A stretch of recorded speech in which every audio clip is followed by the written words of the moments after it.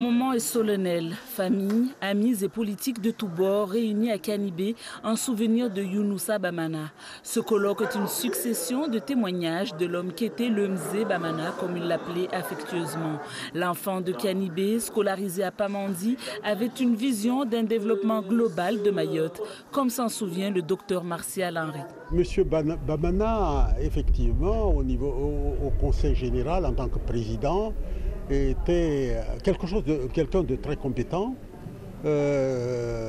quelqu'un de compétent, d'intègre. C'est quelqu'un qui était humaniste et c'est quelqu'un qui était visionnaire également.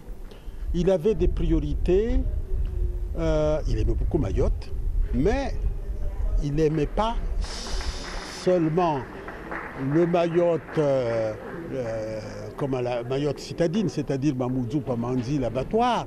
Il voulait que les Mahorais se développent tous au même niveau.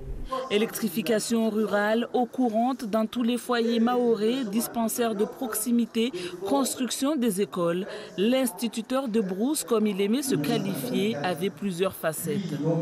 Bamana, il a été à la fois homme politique, instituteur et grand frère pour un certain nombre de Mahorais. Donc choisir un domaine plus qu'un autre serait se passer des qualités de l'homme dans un domaine ou un autre. Donc dans l'enseignement, il a marqué ses élèves, il a marqué aussi la pédagogie, parce que c'est parmi les instituteurs les plus estimés de l'île, même jusqu'actuellement. Chris Korji se présente comme étant la fille adoptive de Younoussa Bamana. Elle est très émue par la cérémonie. Elle a tenu à offrir un poème signé par plusieurs personnalités aux enfants de l'ancien président du Conseil général. Elle ne manque pas non plus de souvenirs.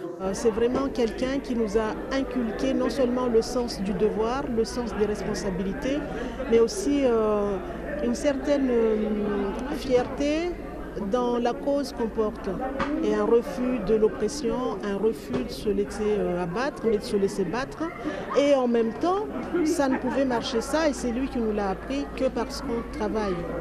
Bamana le travailleur s'en est donc allé, laissant une île orpheline et toujours à la recherche d'une relève à la hauteur.